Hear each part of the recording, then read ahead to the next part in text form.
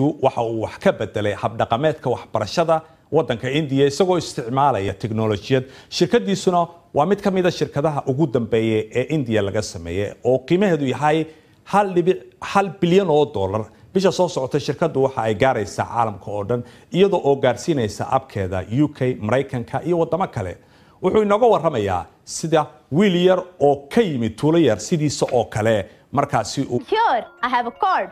abkaani caan ayuu ku yahay dalka Hindiya. waa barnaamij casharo lagu siiyo ardayda iskuulka iyo kuwa jaamacadaha. In addition to this, the spinal cord 25 milyan oo qof ayaa abkaan isticmaala.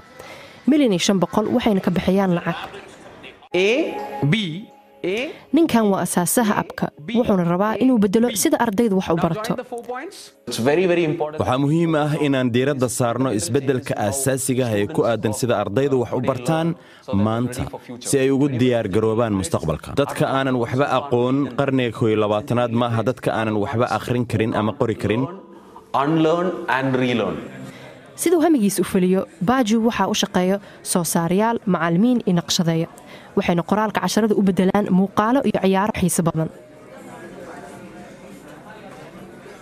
samaynta halkii muuqaal wuxuu ku fadhiyaa $200 waana lacag ka badan mishaarka waalidiinta ay qaataan bishii. abka waxaa $100 milyan ku maalgeliyay shirkadda Mareykanka ee General Atlantic. abka ayaa hadda lagu qiimeeyaa $3 bilyan. Baaju wuxuu qorsheynayaa inuu barnaamijka gaarsiiyo Mareykanka iyo Britain wuxuuna rabaa inuu ku tarjumo luqadaha gobolada Hindiya sida ay dadka tuulooyinka ku nool ay ugu faa'iidaan. All of us are good. We just need to figure out what is that we are good at. ma jiro Baaju qof ka fahamsan waxbarashada wanaagsan. Baaju waalidiintiisa ayaa macallimiin ahaa wuxuuna ku soo koray tuulo yar ku taalo Kerala. Because people look up to that one person. dadku waxay eegaan qof horumar weyn gaaray oo inta kale ay ku daydaan. mar walba waxaan iraahdaa haddii aan aniguba samayn karo sabab ma jirto adiga ka xarimaysa inaad samayso.